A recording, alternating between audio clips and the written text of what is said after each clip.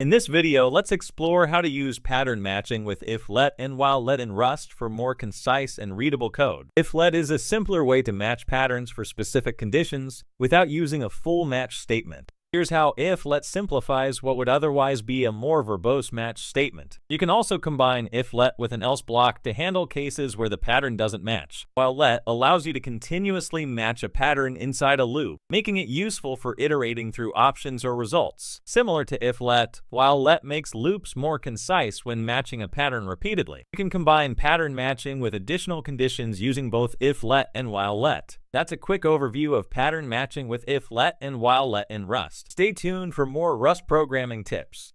In this video, let's dive into one of Rust's biggest strengths, memory safety without a garbage collector. Memory safety means preventing issues like use after free, dangling pointers, and data races that can cause crashes or unpredictable behavior. Rust's ownership model ensures that only one variable can own a piece of data at a time, while borrowing allows temporary access. Rust prevents dangling pointers by enforcing strict lifetime rules, so references are always valid. Rust enforces borrowing rules to prevent data races by ensuring you can't have multiple mutable references at once. Rust prevents data races by ensuring safe memory access, even in concurrent programming, with its ownership and borrowing rules. That's how Rust guarantees memory safety without a garbage collector. Stay tuned for more Rust programming insights.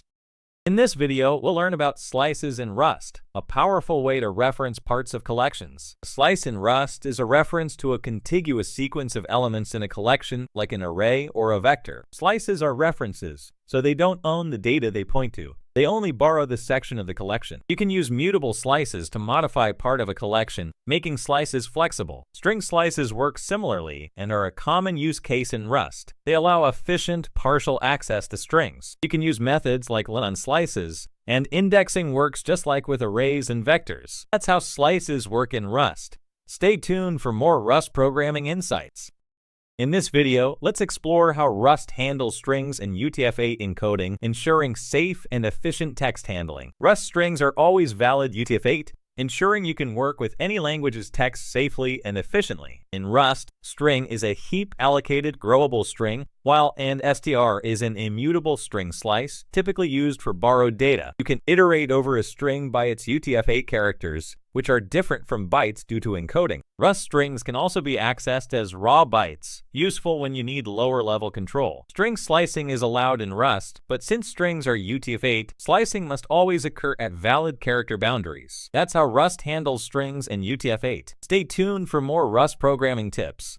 In this video, we'll explore error propagation in Rust, making it easy to handle errors in a clean and concise way. Error propagation in Rust uses the result type, allowing functions to return either awk for success or error for failure. Rust provides the right single quote operator to propagate errors without explicit match statements, making the code cleaner. If the function returns error, the right single quote operator automatically propagates the error up the call stack, making it easier to handle. You can also propagate different types of errors using the from trait, allowing you to combine errors from different sources. You can create custom error types and still use the right single quote operator for error propagation in a structured way. That's a quick look at error propagation in Rust using the right single quote operator. Stay tuned for more Rust tips.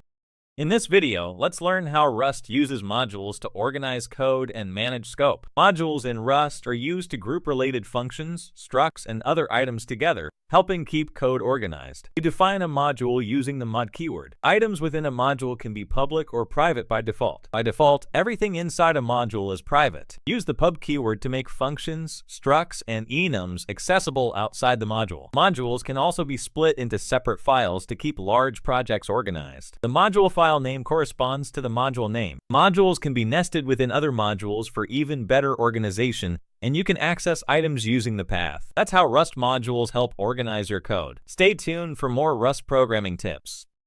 In this video, we'll explore vectors in Rust, a versatile and dynamic collection type. A vector in Rust is a resizable array that can store multiple values of the same type, offering flexibility for managing collections. You can create a vector with initial values using the write single quote macro. Vectors are dynamic and allow you to add elements using the push method. You can access elements in a vector using indexing, similar to arrays. Just remember to stay within bounds. You can iterate over vectors easily using a for loop to access each element. You can remove elements using the pop method, which removes the last element and returns it. Vectors can be sliced just like arrays, providing a view into a portion of the vector. That's a quick overview of vectors in Rust. Stay tuned for more Rust programming insights.